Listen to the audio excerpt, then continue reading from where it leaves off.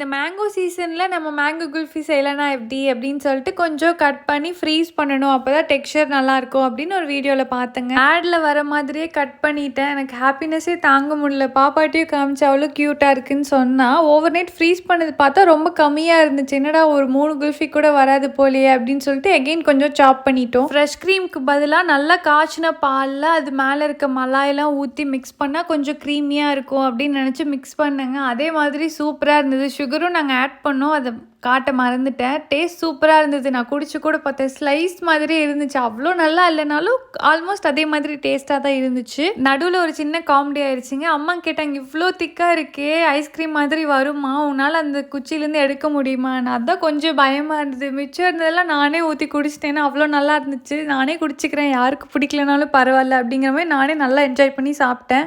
என்னை விட இவங்க தான் பயங்கர ஹாப்பியாக இருந்தாங்க. ஏன்னா க்யூட்டாக பாப்சிக்கல் வந்துருச்சு அப்படின்னு சொல்லிட்டு என்ஜாய் பண்ணி சாப்பிடுவாங்களான்னு நினச்சேன். பட் அவங்களுக்கு பிடிச்சிருந்தது, நல்லா தான் என்ஜாய் பண்ணி சாப்பிட்டாங்க. நெக்ஸ்ட் வீடியோவில் உங்களை எல்லாரையும் பார்க்குறேன். பாய். சப்ஸ்கிரைப் பண்ணிக்கோங்க.